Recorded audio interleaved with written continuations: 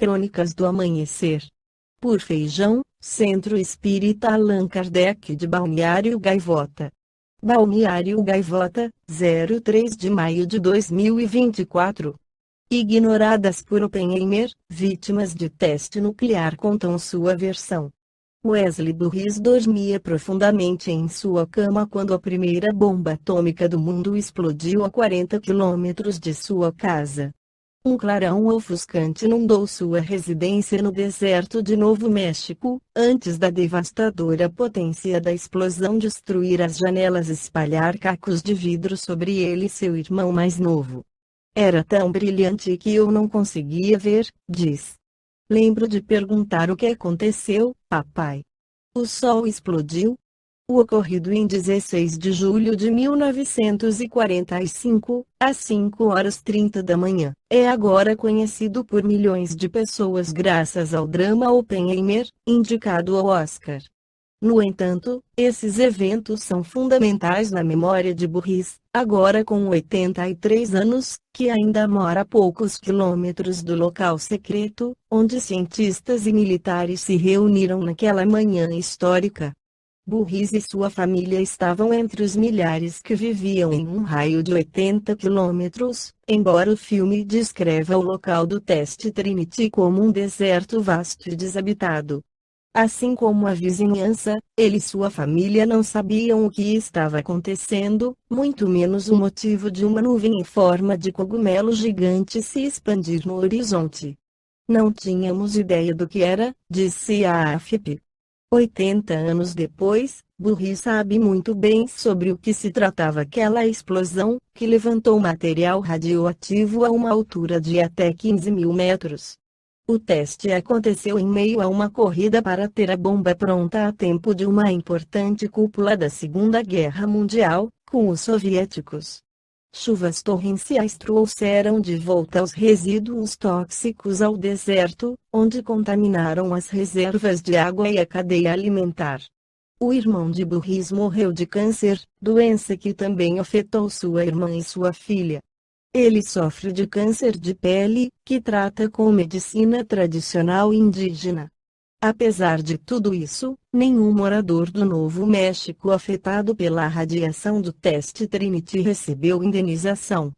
Éramos ratinhos de laboratório, disse a coordenadora do consórcio de descendentes da bacia de Tularosa, Tina Cordova, que sobreviveu ao câncer e agora busca por justiça. Ninguém nunca voltou para nos examinar. Cordova faz parte de uma das 5 gerações de sua família que desde 1945 são diagnosticadas com câncer. A atual lei de compensação por exposição à radiação apoia aqueles que viveram perto dos locais de testes nucleares em Nevada, Utah e Arizona. Entretanto, ela expirou em junho. Apesar do Senado do EUA ter proposto no ano passado um texto que expandia a aplicação da lei às pessoas expostas à primeira explosão atômica, a Câmara dos Representantes retirou a proposta em dezembro, preocupada com seu custo. Nos prolegômenos do Livro dos Espíritos, Allan Kardec escreveu que os espíritos anunciam que chegaram os tempos marcados pela providência para uma manifestação universal e que, sendo eles os ministros de Deus e os agentes de sua vontade, têm por missão instruir e esclarecer os homens, abrindo uma nova era para a regeneração da humanidade. Ele, o planeta Terra, ha chegado a um dos períodos de transformação, em que, de orbe expiatório, mudar-se-á em planeta de regeneração, onde os homens serão ditosos, porque nele imperará a lei de Deus.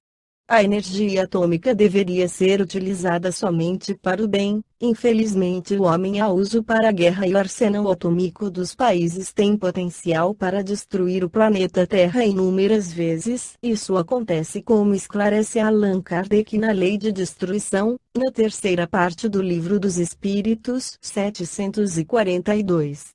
Que é o que impele o homem à guerra. Predominância da natureza animal sobre a natureza espiritual e transbordamento das paixões. No estado de barbaria, os povos um só direito conhecem, o do mais forte. Por isso é que, para tais povos, o de guerra é um estado normal. À medida que o homem progride, menos frequente se torna a guerra, porque ele lhe evita as causas.